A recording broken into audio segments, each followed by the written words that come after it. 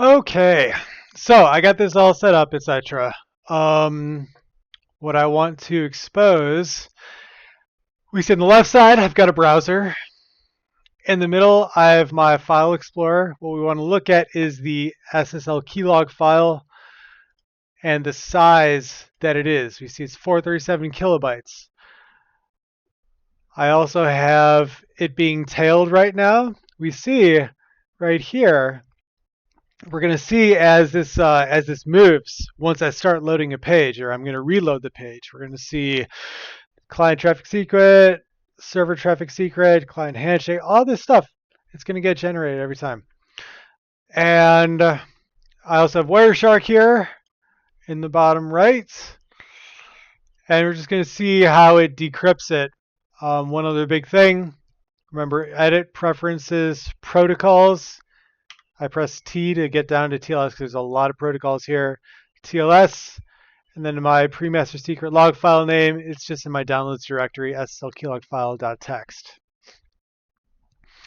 I have this on a capture filter. So that's how, because otherwise it's really annoying. Capture filter for port 443, and then all the possible IP addresses for example.com, which I'll be using in this example. So let's go. Reload. And you saw in the top right all of that stuff. Those are the SSL keys and all that information. We see in the wireshark all this stuff. You see there's quick, which is UDP, but we can easily see like HTTP3, and you see there's whatever this stream stuff is, etc.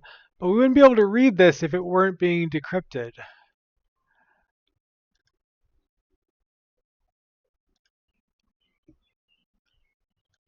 And then there's a go away. That's funny. But yeah, all this stuff. Let's see, what else do I want to show before I take that away? Oh, the file size. We see it was like 437 before. It's 440 now. Now we know it's definitely bigger. But of course, all this stuff since the top here, all of this is new, right? That was just from one load of the page. So I want to see what it looks like without that. So let me see if I can just take that away.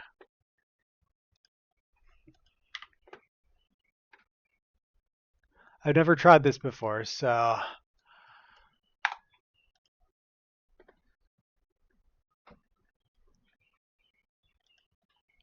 yeah, all the stuff we saw before. I remember there's like protected payload, but we saw stuff below it.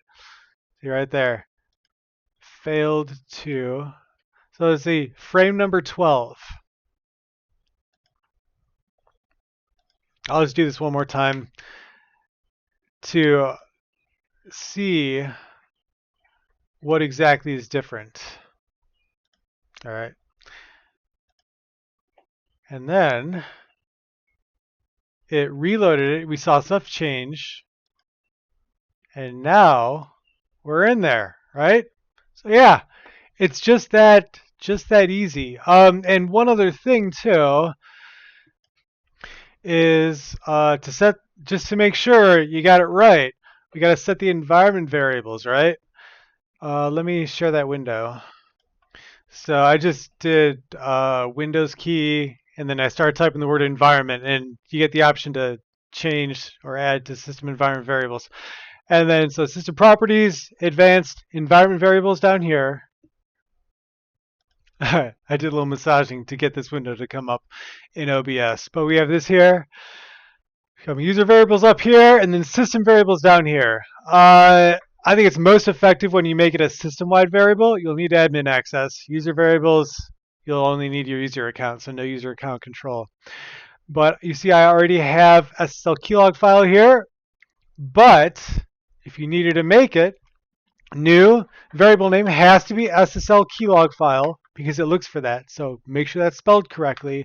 Then the variable is just the file location. See, users, downloads, SSL keylog file.txt.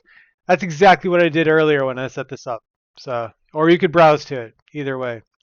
And that's literally it. As soon as you do that, like restart your browser, point Wireshark at it, but it's going to behave exactly like I demonstrated in the first couple minutes of this video.